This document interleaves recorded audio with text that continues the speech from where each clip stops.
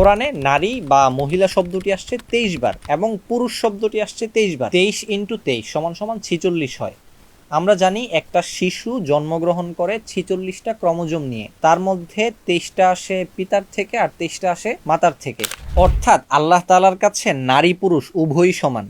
কে নারী কে পুরুষ সেটা তিনি আলাদা কাউন্ট করেন না। যার চরিত্র বেশি সুন্দর, যার আমল বেশি, তার কাছে সেই লোকের গুরুত্ব মর্যাদা বেশি। এখন সে নারী হোক পুরুষ হোক, লম্বা কালো সুন্দর ফর্সা খাটো যাই হোক না কেন, আল্লাহ তাআলার কাছে এগুলা ম্যাটার করে না। আল্লাহ তাআলা মানুষের চরিত্র, আমল আখলাক, আচার আচরণ, মানুষের সাথে লেনদেন, রিলেটিভদের সাথে কিরকম সম্পর্ক ইত্যাদি বিষয়গুলো দেখে। যেমন ফেরাউনের স্ত্রী হয়েও আসিয়া সম্মানিত, আবার অনেক নবীর স্ত্রী হয়েও অসম্মানিত হবে। কিন্তু যারা দুনিয়াতে নারী পুরুষ সমান অধিকার বলে চিল্লায়, তারা এগুলা বুঝবে না। এগুলা বুঝার মতো সৎ সাহস তাদের নাই।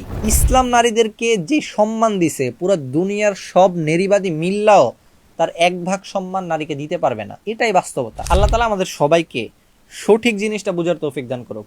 আমিন।